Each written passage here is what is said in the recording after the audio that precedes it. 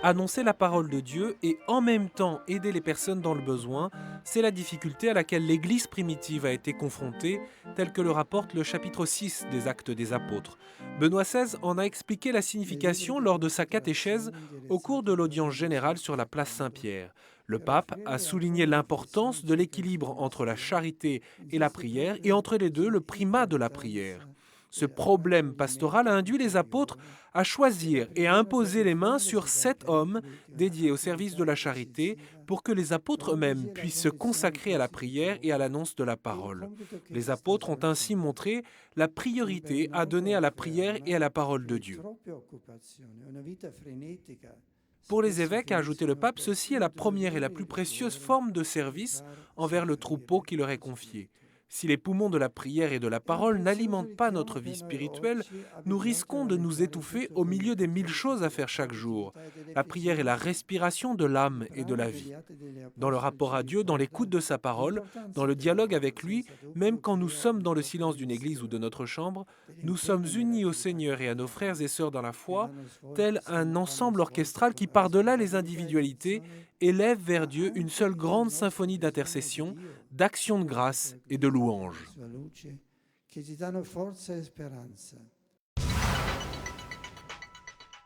Il presbitero è chiamato a vivere in se stesso ciò che ha sperimentato Gesù in prima Le prêtre est persona. appelé à vivre en lui-même ce que Jésus a vécu en personne, c'est-à-dire se consacrer pleinement à la prédication et à la guérison de l'homme de tout mal du corps et de l'esprit, puis à la fin tout résumer dans le geste suprême qui consiste à donner sa vie pour les hommes, un geste qui trouve son expression sacramentelle dans l'Eucharistie, mémorial perpétuel de la Pâque de Jésus.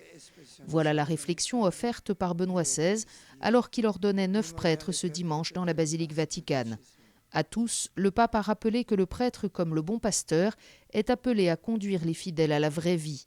L'efficacité de son travail ne devrait pas être ramenée uniquement au plan psychologique ou social, mais à la fécondité vitale de la présence de Dieu.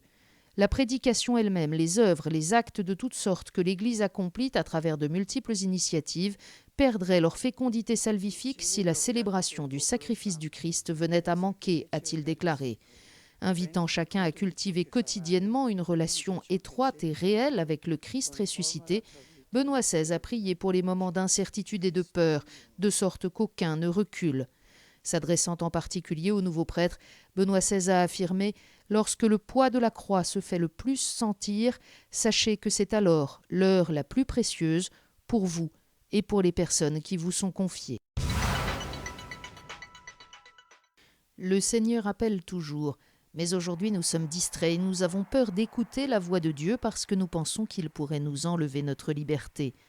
Lors de la prière du Regina Coeli, Benoît XVI a invité à en avoir le courage en reconnaissant les fruits de l'amour de Dieu. Dans l'Église, a-t-il insisté, on découvre que la vie de chaque homme est une histoire d'amour. Pour cette 49e journée mondiale de prière pour les vocations, le pape a souhaité que chaque communauté soit comme un jardin irrigué où peuvent germer et se développer toutes les semences que Dieu sème en abondance.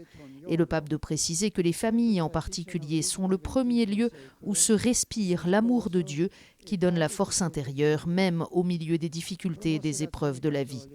Après la prière mariale, le pape a exprimé sa joie pour la béatification dans la basilique Saint-Paul hors les murs de Giuseppe Toniolo. Mari est père de 7 enfants, professeur de collège, économiste et sociologue, serviteur passionné de la communion dans l'Église. Benoît XVI a aussi assuré les francophones qu'il participait spirituellement à la joie de tous les fidèles du diocèse de Coutances et Avranches, rassemblés pour la béatification du père Pierre-Adrien Toulorge, martyr de la vérité. La situation difficile des catholiques de Chine, partagée entre Église officielle d'une part et Église clandestine en communion avec Rome d'autre part, est l'une des préoccupations majeures de Benoît XVI. On connaît le souci du pape de maintenir en effet l'unité de l'Église universelle. C'est pourquoi la Commission pour l'Église catholique en Chine s'est réunie une nouvelle fois la semaine passée au Vatican. Les experts se sont penchés sur un problème crucial, celui des ordinations épiscopales illicites que Pékin a multipliées ces derniers mois en dépit des coups de semonce répétés de la part de Rome. Après 3 jours de travaux, la Commission a publié un communiqué particulièrement sévère à l'égard des évêques illégitimes, c'est-à-dire des membres de l'Église officielle gouvernée par Pékin et n'ayant pas reçu l'approbation du pape.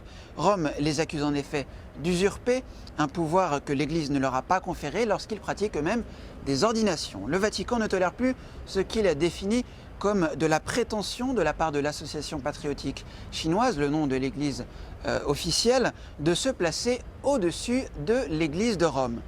De façon inédite, la Commission a également condamné l'attitude ambiguë de certains membres du clergé légitime qui ont participé à des ordinations épiscopales illégitimes. Beaucoup d'entre eux ont clarifié leur position et se sont excusés auprès du pape. Ceux qui en revanche ne se sont pas encore prêtés à cette clarification ont été fermement invités par le Vatican à s'exécuter au plus vite. À Rome, on craint en effet que ce type de comportement ne trouble l'image de l'Église aux yeux des fidèles.